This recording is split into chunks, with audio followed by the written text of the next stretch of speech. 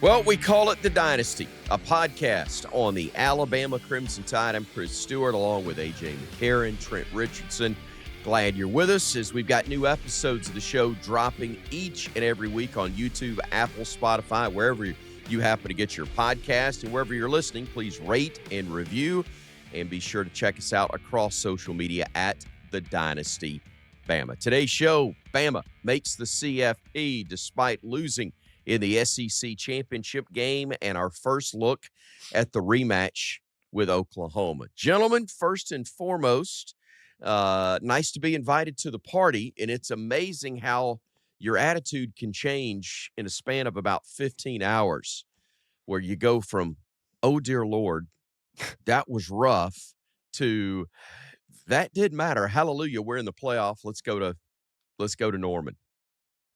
Not a good performance, but we still got where we wanted to go.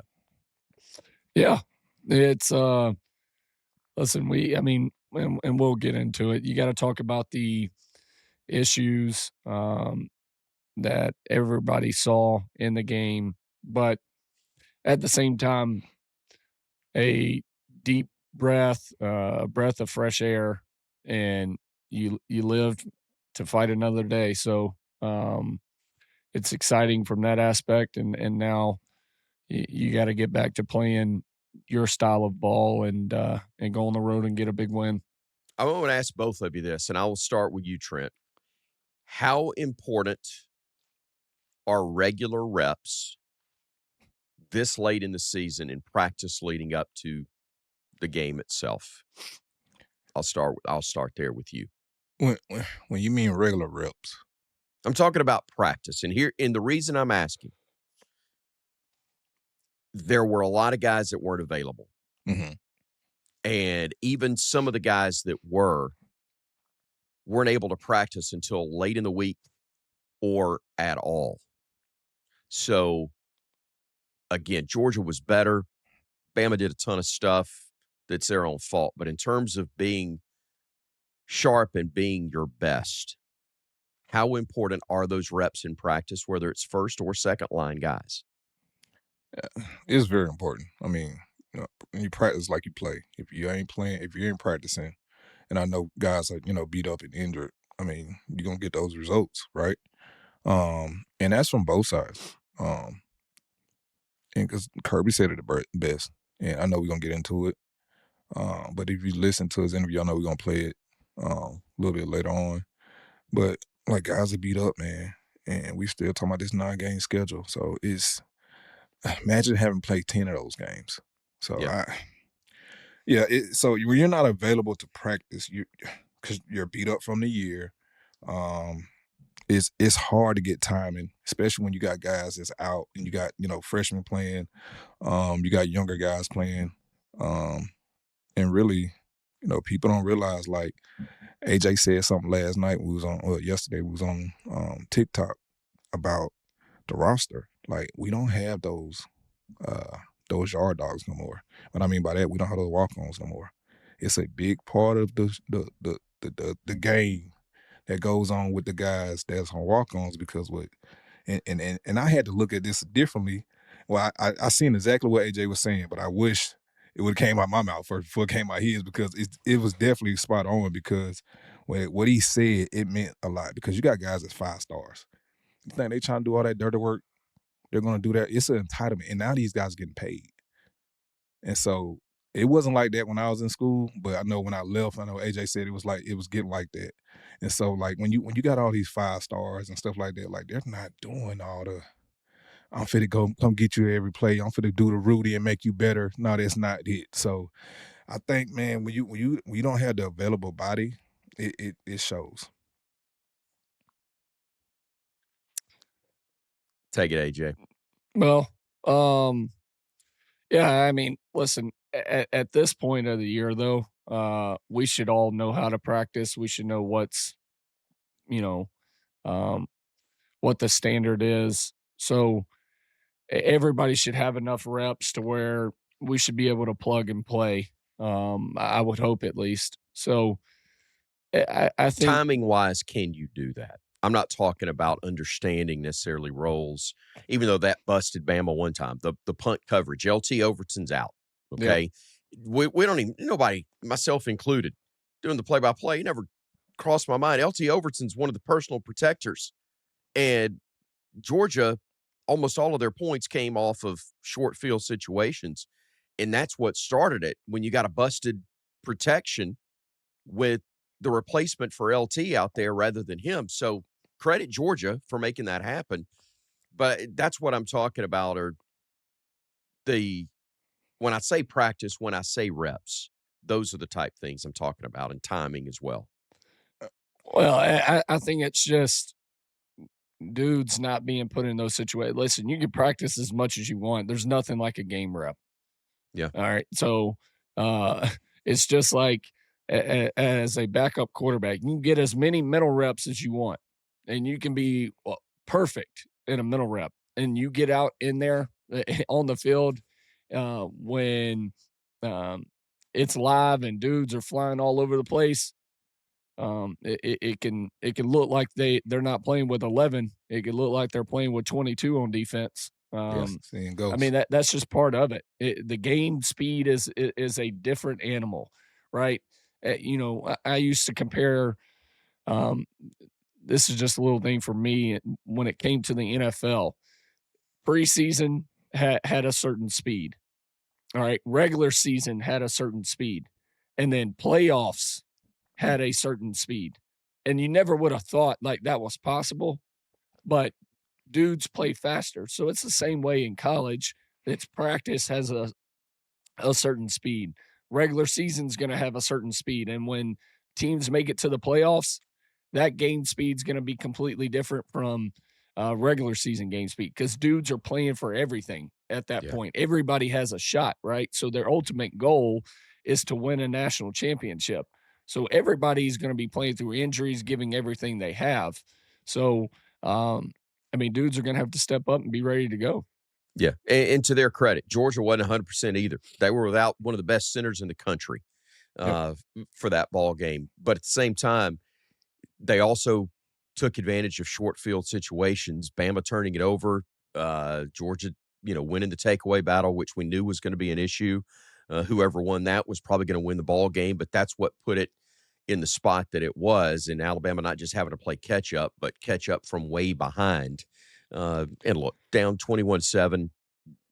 If you're not down 21-7 with the way that game's going, you're not going for it on fourth down inside your own 25-yard line too. So that's another short field where you didn't get it done. But that was that was the whole problem. Bama couldn't get 1 or 2 yards when they had to have it all day. Well, that and I believe 2 of those 3 turnovers were on back-to-back possessions. I think you're right. I think the block punt and then the interception came back-to-back. Yeah, and they were driving the ball on the interception. Right. So that hurts you too whenever you have 2 possessions in a row that get deleted. Right. And allows Georgia to get 2 scoring opportunities quick, like that hurts you. It wasn't, it's not like the turnovers were spread out throughout the game. When they're back to back, that really, really bites you in the rear end. Trent, were you confident at all that Alabama was going to get in as the day went on Sunday? What was your gut telling you? I felt like when you're talking about the body of work from the conference, like our schedule, I thought we should get in. Yeah. But when it came to how we played that night, they didn't play like a playoff team. I mean, but we got, and I had to dig deep down inside and listen to AJ because I was like, man, there's no way. I feel like they're gonna try. How many times you made that statement in your life, by the way? Man, I've never had to make. Listen about Alabama. I ain't never had to make that statement. Nah, but I definitely. Sorry, 10. Oh, you talking about AJ? Oh, yeah, I had to do that a few times. Okay, that's what I thought. You talking about what I said about I had to do that a few times. But yeah, I had to pay attention and I had to like go look it up. Like we talking about bench and tie. We talking about we shouldn't be in a game But you look at the schedule, like we are 1-1 with Georgia. Georgia played exactly how we did in the first half against us, against them. Right. And if you look at it, it looked flip-flop. Now, we didn't have a comeback like Georgia. I mean, second half Georgia, you can put that to bed. I don't care what if you're not out in front of Georgia, in front of Georgia, like it's gonna be hard to beat them in the fourth quarter. It's gonna be hard to beat them in that second half. Like they just know how to finish, and it might not be the prettiest, but they know how to finish. Right. And so we used to have it. I mean, I still think we can pull it off. I think that we can, win some games, and I was getting into that, that real conversation of saying that, we can be a part of it. I think guys got to build their confidence back? Yeah, they got to build their confidence back. And they got to do that as a whole, not just one player, because you can't put the game on tire. You can't put the game, just on the defense, because at the end of the day, like you said, when you're down 14-0, how can you run the ball? When you're bagged up, how can you run the ball down 14-0? You're down 14-0, you're throwing two interceptions, and you throw an interception, you got a punt block. Like, what does that do for the run game? What does that do for the offense, especially when like special teams played a big role. I've been saying this on the show for the longest. It's 3 parts of the game: offense, defense, and special teams. If you're not, especially in a game like this, if you're not playing all 3 phases, you're going to get the results that we got last night, period. Saturday. Georgia's really good in that third phase you're talking about. Yeah. Greg Sankey did a lot of work in the offseason, pushing for more emphasis on strength of schedule. Certainly it paid off for Alabama in that conversation compared to Notre Dame and Miami. Even BYU had a better strength of schedule than Notre Dame and Miami did, if you're going to go just that route. But, man, and this is where you got to get it done on the field, and Alabama did. That allowed administrators to really lobby. I mean, just talked about Greg Sankey, but had the basketball game yesterday afternoon in Tuscaloosa.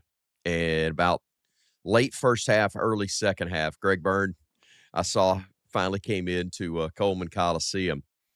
And, man, he looked like he'd been beat on with a wiffle ball bat, tennis racket, whatever, all day long.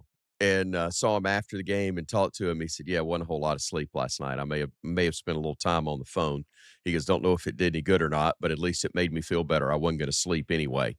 I don't know that lobbying made a part, but it helps. It doesn't hurt. Yeah. Nope. It dang sure doesn't hurt. But, you feel like at least you've done everything you can do.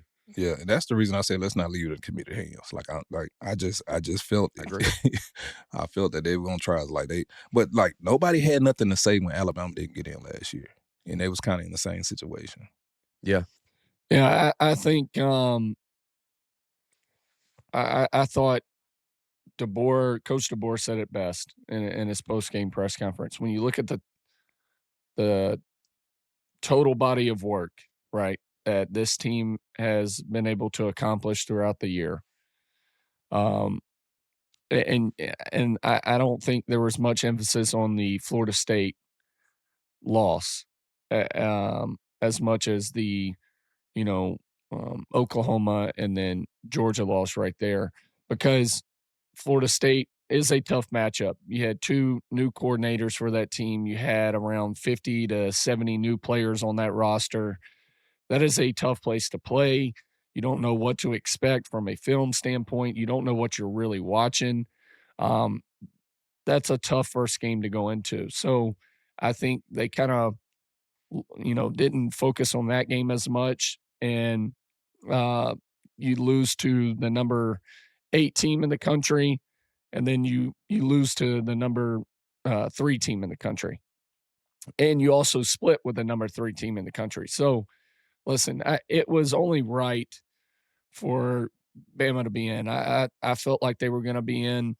The only concern I had was if they got blown out. But you got to look at that game and also say, okay, well, they got dominated, but it wasn't in a Georgia fashion of sustaining drives and just going 99 yards down the field, right? It was self-inflicted wounds and issues that Bama caused, for themselves. Block punt, interception, right? It's those things to where, and then also going forward from your own 13, right? With about 8 minutes left, which That's I desperation understand. mode. Yeah, I understand. I People are gonna criticize Coach DeBoer. In that situation, if you get it, which Ty had Jeremy open, he's got to make that throw. Ty knows that, but you're gonna get criticized because if you get it and you go down, now you're only down 7 instead of being down 21 when you don't get it. And they score 3 plays later, Yeah. and now you're down 21, right? So, um, I felt confident in it, and I thought it was a key moment for this committee to set precedents from what is more important, the total body of work, or are we just going to focus on conference championship, right? And I think by them not penalizing guys that were already in, and then people want to compare BYU, right? Well, BYU should be in if Bama's in. No, BYU was out on the week of the last rankings that came out. BYU was number 11. They were on the outside looking in. Bama was on the inside already. They were a lock. So if a team's already in going into the final rankings, then they should be in, and especially if they're playing in the conference championship, right? So Right. I thought it was a great job by the committee, and watching the show, I thought for the rankings, as soon as I saw they only flipped Ohio State and Indiana, I felt 100% confident that Bama was going to be in, because if they wanted to, and if they were really going to penalize people, then Ohio State would have went to number 3 or 4, and then Georgia would have been 2, and Texas Tech would have been up there in the conversation. But the fact that they only swapped those two, I thought showed a lot for the future of Alabama when it got down in the rankings and revealing their spot. So I felt confident. Real quick before we move on, there's another reason why this needed to play out the way it did for television and for the league offices. Okay? Because if Alabama's technically the number 1 seed in the toughest conference in America, top to bottom, and they get penalized for playing in, and they got beat bad. But you're going to get penalized for playing in that conference championship game. Then suddenly Alabama and others that may be in that spot go, wait a minute, why are we doing this? And the last thing that the league office and the TV rights holder want is people talking about those championship games going away. Yep. Because there's a ton of money. Yes, the schools, but the league office and the television networks make the most. If there's one conference that could do it, and if there's one person that would do it as a leader, is Greg Sankey. Yes, Greg. No doubt. Yep. And if there's one conference that can do it from a money standpoint because of rev share and TV contracts, is the SEC. Yep. And people, I don't know if enough people realize that. Listen, they just got offered $50 to $80 million to add a ninth in-conference game from ESPN. You don't think the SEC holds some power? Yeah. You don't think people realize that the SEC is the best conference in all of college football on a year-in, year-out basis? Yeah. So Greg Sankey would have packed his damn football up and said, see ya. I'll Right. make sure that we never play a conference championship game ever again, because we were guaranteed to have 5 teams in, and then you're going to penalize us and only put 4 in there now? Nah, not going to happen. And it would have blown the entire playoff system up. Tell you what they may also have done is said, screw it to all of it. We're going to add 14 more schools, and we're going to secede from the college sports union, and we're going to play football and basketball titles and sell it all to ESPN. Y'all have fun. with your That's only a matter of with your time, deal. brother. Yeah, you're right. You're right. It's right. happening. It's just But I would only say a that matter was of the time. time may have been now Oh, 100%. if that happens. All right, so many other things we go with. 12, 14, or 16, what should the format be? Trent, what do you think? 12, 14, or 16 do you think is the best number? Since we've already opened up the box, I still think 4 was pretty good. You're going to get the 4 best teams. But now that we're there, 12, 14, or 16? I don't know because they're gonna keep adding them, and it's Going to be the basketball tournament. It's going to 16. It's going to be a March Madness. Like it's going to 16 for sure next year, right? But it's gonna be crazy because there's no way you can keep the SEC out with the strength of schedule that we play amongst each other. Like, but the crazy thing is, like, we beating up on each other, and you get a game. A coach from the opposite side of the ball telling you, like, man, we're beat up. Yeah. That was our 9th game. That was our 9th game in a doggone SEC. Our 9th game. So you want to add a 10th game if you make it to the championship game? Like, you talking about a whole nother game of getting hurt, getting beat up before you make it to the actual playoffs. So, Playoffs. I started to do that earlier. Playoffs? But I let it go. Listen, it's going to 16. All right, you better 16. hope it doesn't go to 24. But this is the issue. 12 it is a good number. Yeah. But the issue is you got to get the 12 best teams in the tournament. All right, all this trying to include everybody and anybody, that's an issue because you got the Power 4 that's playing on a certain strict of rules, and the Group of 5 that's playing on another set of rules. Yep. Okay, so my argument for them was this: when you look at the regular season, okay, and I'm happy for JMU and Tulane as Group of 5s to get in. Awesome. Do they have a chance in hell to win those games? No. Like, if we're being honest, I think 99.9% of the country and people in the game of football would say not a chance to win this game. Okay. And when you look at matchups in the regular season, and you just say the top 25 of just AP poll matchups during the season, have you ever seen, say, number 2's playing number 24? Have you ever seen a double-digit point difference in the odds?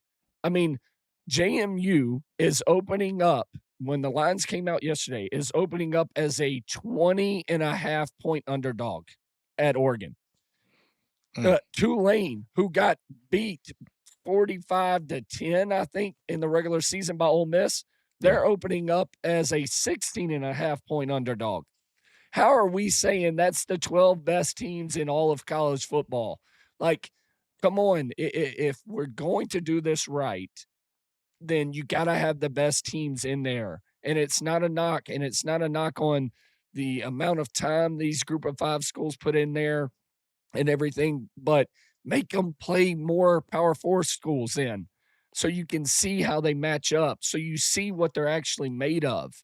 But if they just get to play Group of 5 schools, then we have an issue because that's not one. Like, JMU and Tulane are not 2 of the best 12 teams in all of college football. You got to think about this. That's the issue with this whole thing. So I don't know if you ever have a perfect number, guys. Like, I really don't, because when is enough? Whoever's the first one out, Notre Dame, hell, they're so pissed off they opted out of the bowl game. Like, Marcus Freeman packed his bags and got everybody else and said, hey, we'll just take our gold helmets home and watch Rudy. Okay. and we're not playing any more football. Okay. Like, that's an issue. Like, we have a ton of problems in this system right now. And we just keep putting Band-Aids on it, and we just keep expanding and saying, oh, that's going to fix it. That's going to fix it. No, it's not, because the first team out of every number that you picked, when it was 4, whoever was 5 was pissed off. All right. Then you went to 12. Whoever's 13 technically is pissed off. All right. You go to 16. Whoever's 17 is going to be pissed off. When is enough enough? What are we doing? It does it in basket. I know they're different sports. Yeah. I know they're different, but we got 68 teams now in the NCAA tournament, and they still complain. You know, those first 4 out are still complaining about how that works. So anyway, it's going to happen. Here's what I do. Go ahead.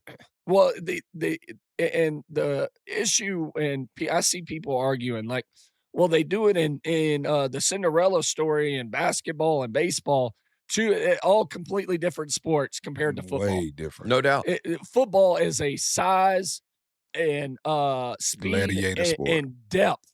There's Right. not enough talks about the depth aspect of it. Okay, these Power 4 schools have way more depth, so you might be able to hang around for a quarter, but as soon as your guys get tired at a Group of 5 school, it's going to be a butt whooping, Yeah. right? And your kids are not going to be able to last all 4 quarters, 60 minutes. You can't do it because there's a size, a speed, and a depth difference in these rosters, and people don't understand that.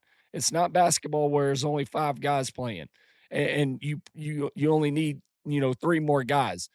Football, you need a roster with depth to be able to last an entire game. To me, an 8-team field is the equivalent of a 64-team, 68-team field in basketball. I mean, you're stretching yourself physically, still probably more with the football piece of it, but it's a lot. Before we go to break, I will say we talked about negative and all this stuff. You've got the elite teams that are going to be in the playoffs, which in the second round, quarterfinals, whatever you're calling them, they are going to be tied in with the bowls. Okay, we know that. You've got the middle tier that a lot of these programs don't want to be a part of. If you're an elite program and you're left out of the playoff, most of your guys ain't going to be excited to play in a bowl game. We know that. That's not part of the CFP. There is one that I have seen, and dang it, if the schedule had worked better, I was probably going to get to broadcast it on radio. But I'm glad we got them. I hope we keep the bowls, because do you think that there's some excitement today on the Jacksonville State University and Troy University campuses about playing a bowl game against each other, and it's in Montgomery? You're going to have – I will be shocked if Crampton Bowl doesn't have one of the biggest crowds that it's had in years. Those two schools that have been rivals forever but hadn't played a whole lot lately because they're in different leagues, they're together in a bowl game in Montgomery, Alabama, not halfway between, but pretty close in between. And to me, guys, that's what a bowl game should be. Yeah. That's why I think we still need them. Those are programs in that level and that equivalent where if guys want to play, by golly, they ought to have a chance and go play in something that'll mean a lot. Yeah, I think, and this is my idea, and y'all tell me what you think. I think when it comes to getting excitement back in bowl games, it needs to be all right. We're not putting a ton of stress on you from a money standpoint on travel and everything else. We're going to keep bowl games. If you're bowl eligible, you're going to play a local bowl, right? You'll be able to draw in sponsorship from that standpoint because you know the local fan bases.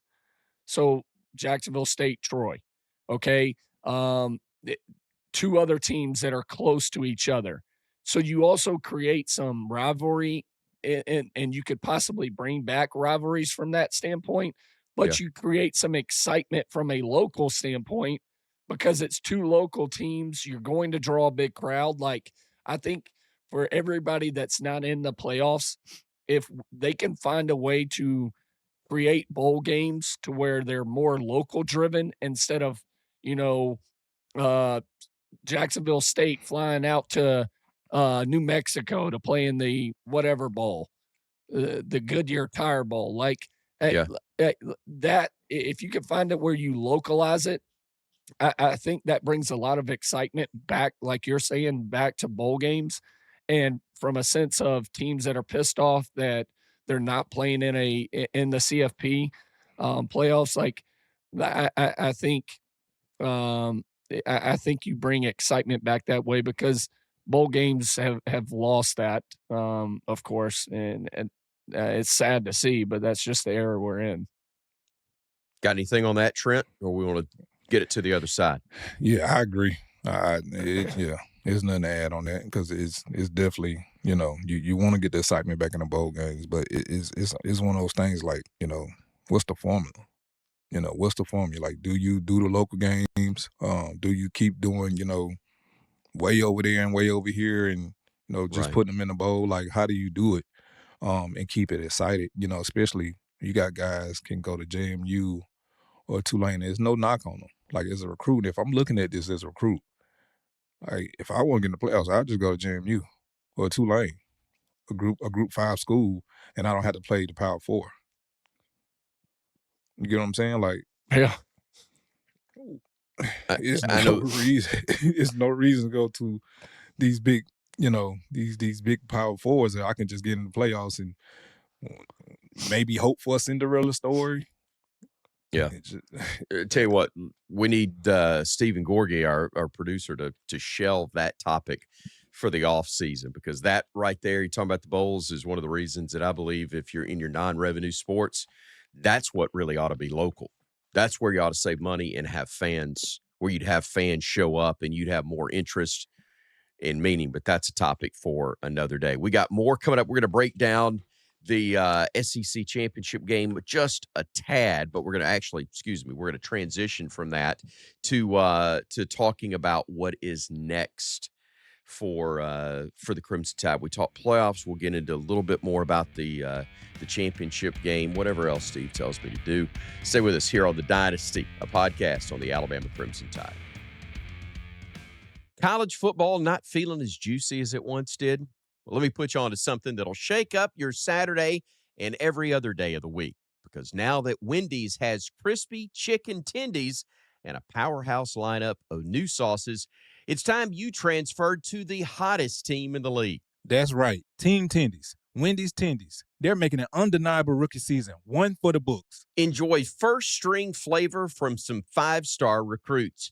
Rep your new favorite team everywhere you go, but make sure to cheer with your mouth closed. Take it to the end zone of savory sauces like honey barbecue, creamy ranch, and the new Wendy's signature sauce to experience a total taste bud blitz of flavor. It's time to join a team that won't upset you with an upset. Taste the phenom that's gracing the gridiron with its juicy, crispy, and tendery tendencies. Don't fumble the bag. Commit to Team Tendies and call the most delicious plays in the playbook. All right, huddle up. Tendies on 3. Tendies on 3. 1, 2, 3. Tendies. Let's do this. Wendy's Chicken Tendies, now at participating U.S. Wendy's. Home remodeling shouldn't be stressful. At West Shore Home, it doesn't have to be. By using cutting-edge technology from real-time scheduling to precision scan-to-plan measurements, they make your remodel fast, easy, and convenient. Learn more at westshorebath.com. Whether it's a tub-to-shower conversion, walk-in tub installation, full bathroom remodel, new windows, an entry or patio door, or even full house flooring, hundreds of thousands of homeowners have trusted West Shore Home with their projects. Why? Because they only use teams of highly trained employee installers, never subcontractors. This ensures a consistent, world-class experience every time. And right now, when you buy a full bath remodel, you'll get a second shower absolutely free. Plus, flexible financing options make it even easier to get started. Learn more at westshorebath.com, and you can have someone out as early as tomorrow. That's westshorebath.com for a buy one, get one savings from West Shore Home. Welcome back, everybody, to The Dynasty, our podcast on the Alabama Crimson Tide. Chris, along with AJ and Trent. Glad to have you with us. As, again, we remind you, the DynastyBama.com is where you'll find us through YouTube, Apple, Spotify, and also at The Dynasty Bama is where we ask you to please check us out on social media. Rate, review, and share, please. Let's go back to Atlanta for just a minute in our conversation and kind of put it through the lens of what is ahead. Are the things that were the biggest issue in the Georgia game fixable, AJ, in time to go to Norman, Oklahoma and advance to the next round of the CFP? Yeah. I mean, from a special team standpoint, yes. I mean, that just reps, dudes communicating, figuring out who they got. LA, New York, what side we're punting to type deal. I don't see that as a glaring issue. I thought the defense played well. I mean, we missed tackles, too many arm tackles, but the defense has been playing well for a while. I mean, you really could say after the first game, the entire year. So offensively, I don't know. Listen, it's not a secret. We struggle to run the football. We have been, and then we struggle to pick up certain blitz packages and stunts up front, even when teams aren't blitzing. Excuse me. No problem. Battling a cold over here, but I hear you. I think that's an issue because even when teams aren't pressuring us, they're still getting home by rushing 4 or 5. And I mean, a team rushes 4 or 5 guys, you should be able to pick that up with no sweat. And right now, we're really struggling to pick up stunts in certain games, and that's a concern for me. And then the tie aspect of it, you got to find a way to build his confidence back up. When I look at his eyes, when I watch his feet in the pocket, when I'm there in person, I look at his eyes on through, watching from the TV. But when I'm there in person, I'm watching his feet. And if there's one thing I could tell him is to slow down from a processing standpoint. You've played enough games. Trust what you see. Don't overthink everything. All right. Don't try to be perfect. Know your rules, know what your weaknesses are, and go play the game. When I watch him in the pocket right now, his feet at the top, his cleats are never in the ground. They're steady doing this, right? And as a quarterback, you don't have your cleats in the ground. It's hard to get that front foot down in time. And that starts the whole process. Your left foot's got to get down in the ground to be accurate to set everything else up. When your feet are all over the place, it makes stride different. Your timing's different. It causes your arm angle to be different. You rip your head. There's so many things. I mean, it's like throwing a football is like a golf swing. And anybody that knows golf, everything has to be perfect, right? And in football, you have to be on time. You have to be in sync with your body. Like, or it's hard to be accurate for 99.9% of the guys. You might have an outlier out there, a Brett Favre, an Aaron Rodgers that can off platform, Pat Mahomes off platform, everything, but that's not a common deal. Okay. Right. So be in sync, slow down, go up, see the line. Like when I would go to the line of scrimmage, I'm seeing what front we're in.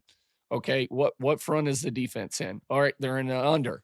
Okay, I know the unders to the field. All of a sudden, they're a bubble blitzing team. Expect pressure this way. Then it goes to my next cue is, okay, are the backers bossed over? Are they bowed over, which is backers over weak? All right, because that's a telltale. Okay, where are the safeties at? So it's just 3 levels of it. Then you realize where they're at. Okay, I know from there, I know what our concept is. I know what they could bring out of this depending on down and distance. I know what my weaknesses are. Boom. I snap, and then I get my eyes back up to reassure and verify what I've seen and that it's happening, right? It's a pre-snap and post-snap process to it. And then all of a sudden, yep, that's exactly what I thought it was going to be. Let's play ball. Oh, it's not. Okay, where's the safeties? Oh, they spun. They went to one high. Oh, I know this is my one high side.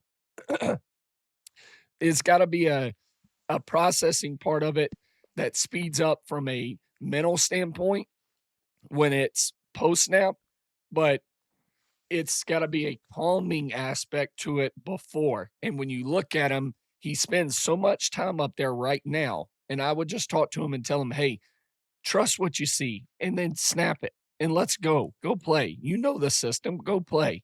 But you got to find a way to build his confidence back up, guys. And I don't think it's when I think of this offense right now, everything's a long developing play downfield. And our quick game from a passing standpoint is either behind the line of scrimmage with bubbles and swings and stuff, or at the line of scrimmage with storks. We got to find a way to create a quick game that is beyond the line of scrimmage, 5 to 7 yards, somewhere in there, that we are just playing, getting the ball out, boom. And as a shooter, he sees, those balls getting completed and he builds that confidence up, just comparing it to basketball. So that would be my biggest thing for him. AJ, you go that route. Trent, I want to go with something that kind of plays into what AJ's been talking about. And I think I'd have to go back and look at the numbers, but I think off the top of my head, the two worst performances that we've seen from the offense this year, Florida State and then this one against Georgia. Two very different defenses, I realize, but the two worst performances. Common thread, you didn't have Jam Miller. Now, Jam hadn't had great running numbers. It's not about running. To me, it's about the veteran who is your best option as a pass protector. And we know there's improvement that needs to be made there from Jam, but he is the best you've got there. So how vital is that piece of it and getting him back to Alabama being where we want to be in the passing game so you do have a chance at advancing? It is big. When your quarterback, when he's not comfortable back there, when he's not getting protected, it takes a toll. Just like those happy feet I've been talking about, midway through the season, I seen it early, and I've been saying it. Like, he's starting to get happy feet, and that's what happened when you start to get, pounded. That's when you start to get hit, man. And definitely in these last two SEC games he played, Ty has been beat the hell up. And it's almost like you feel sorry for the kid because, the kid has been the team since we started this year. I don't care what nobody say. Between him and Jaron Bernard, but I say he has been the team far as the guy that we're going to turn to make the decision to make the play. We're going to put the ball in his hand. It's always him, right? Whether he's putting it in the right place, whether he's moving with his feet. We have put a lot on this kid to sit there and say that, we want him to run 3 plays, and we're going to give him 3 plays and run and one, and he's going to check out. We're giving him so much control. He's going to be able to check out whatever you want to check out. When somebody move, when somebody go across, his face, when the lines shift, when the linebackers walk up, when the safeties shade a little bit, it's different, man. And I think that kid got a lot on his plate.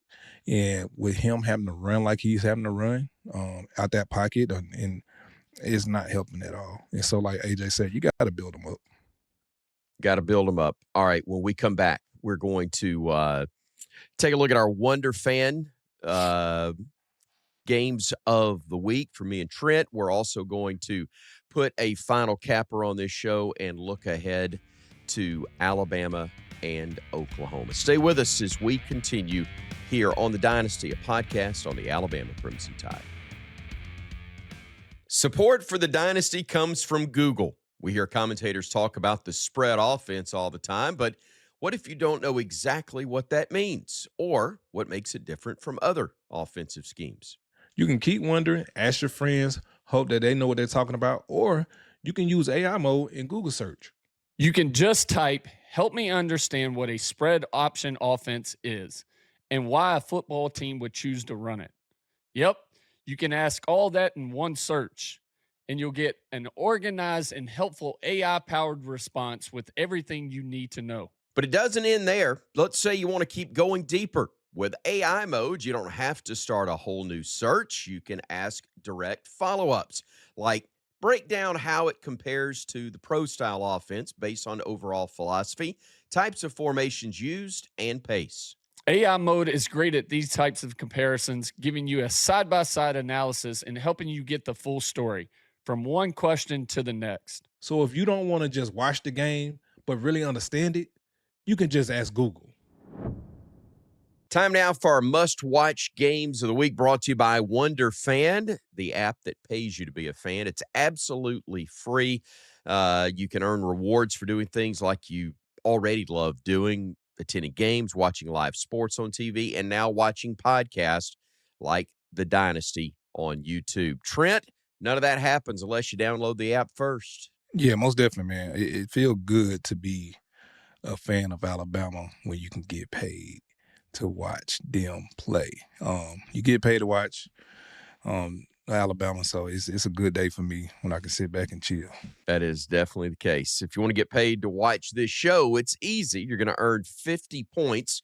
That's Wonder, actually, in the Wonder Fan vernacular, by submitting a screenshot in that Wonder Fan app as you watch our podcast on your connected TV or smartphone, or connected TV or any second screen, just as you do when you're watching live sports. And as always, you'll earn double points when you use Wonder Fan's Watch to Earn feature for any of our must-watch games of the week. College football regular season's just about over, but there's a historic one left. And Trent, I know you'll be checking it out.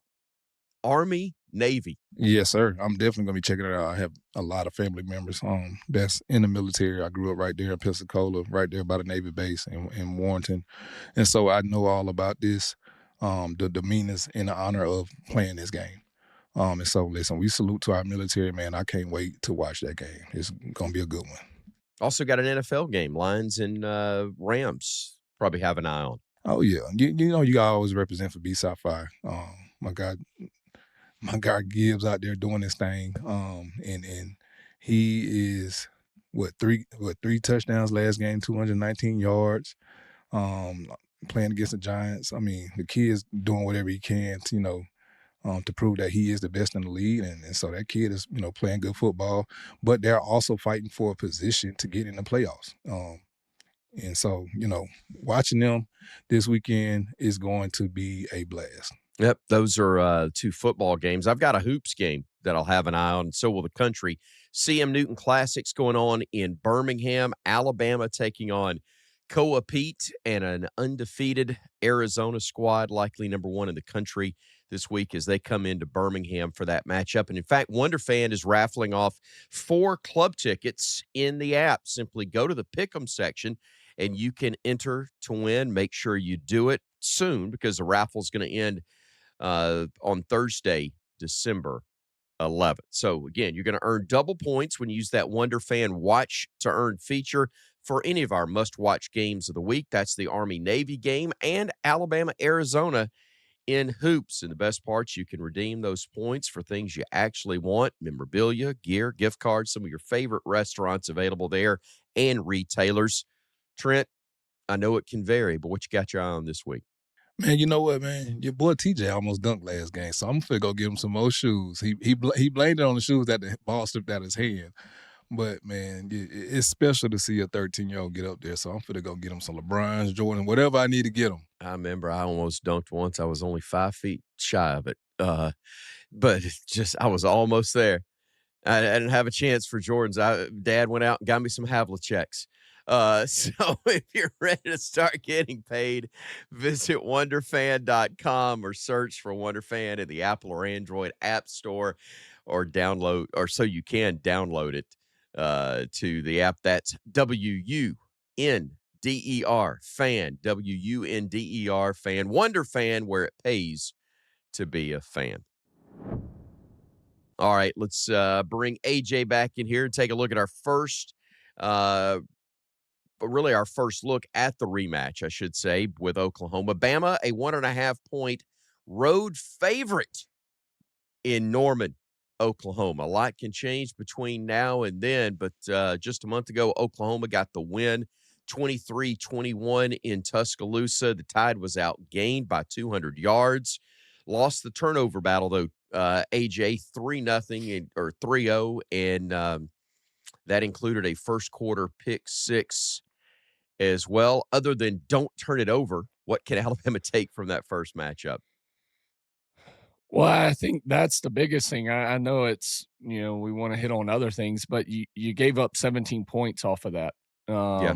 And I mean, and I talked about it then, from a analytical standpoint, uh, each turnover equates to 3.5 points.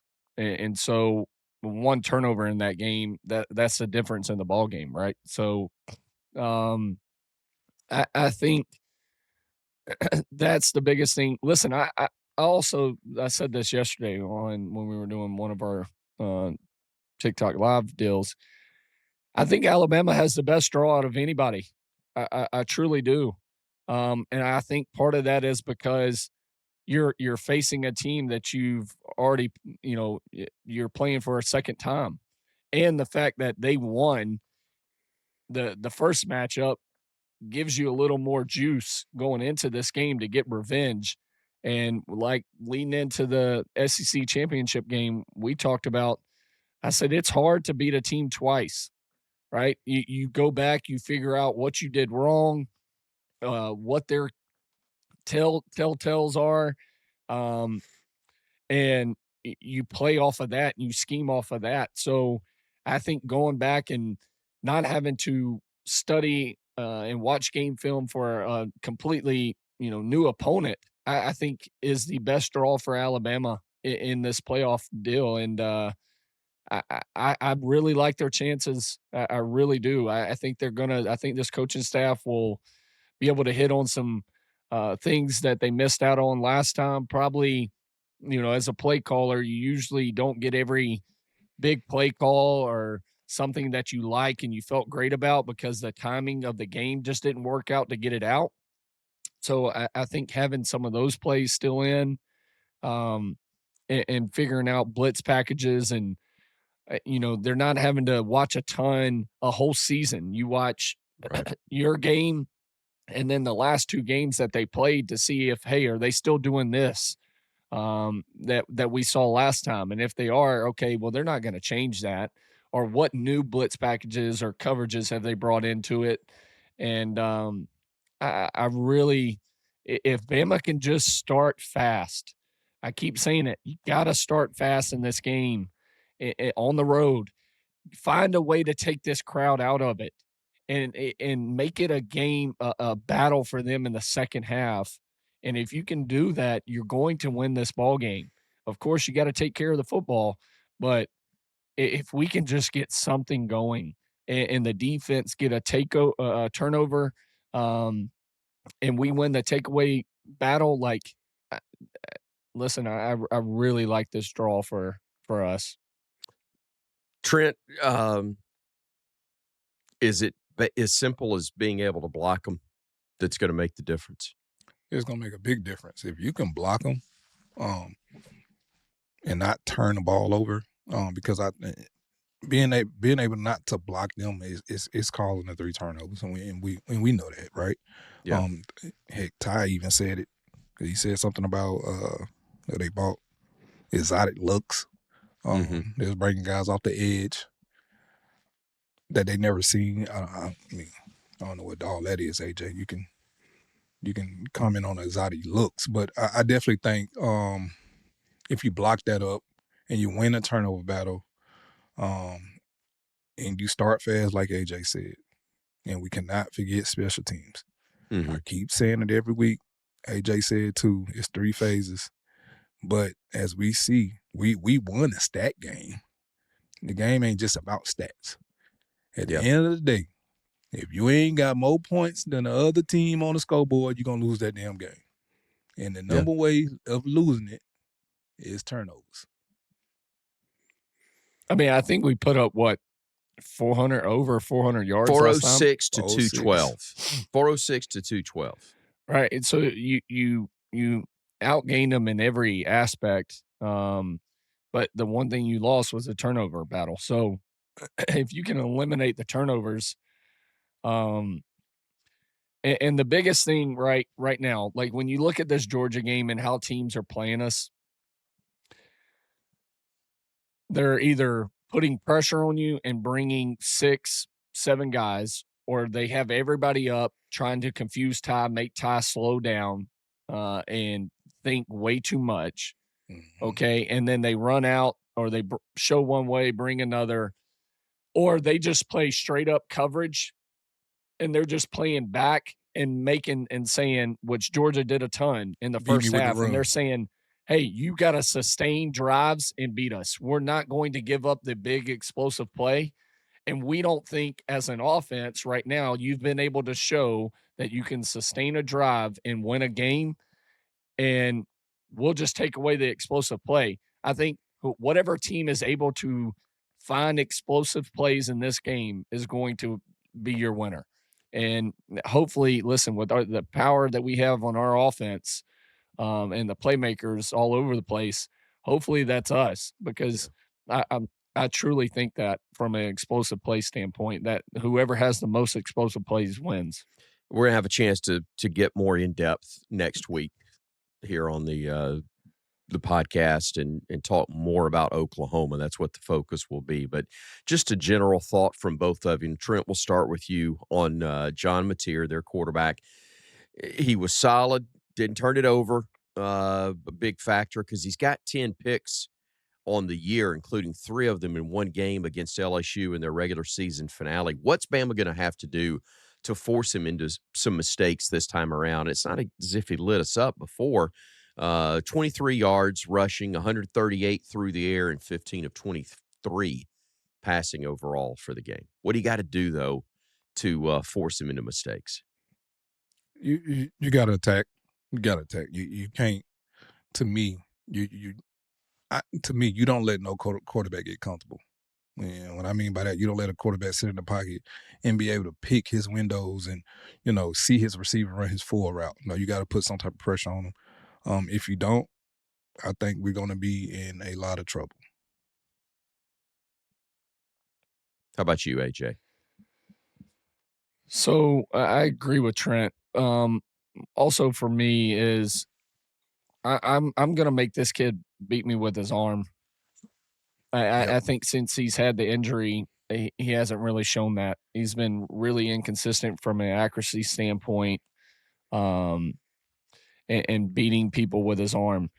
I think when you look at even the last game, who'd they play last game of the year? LSU was the regular season finale. I mean, even when you look at that, like he had to use his legs for their offense. Their offense has been struggling.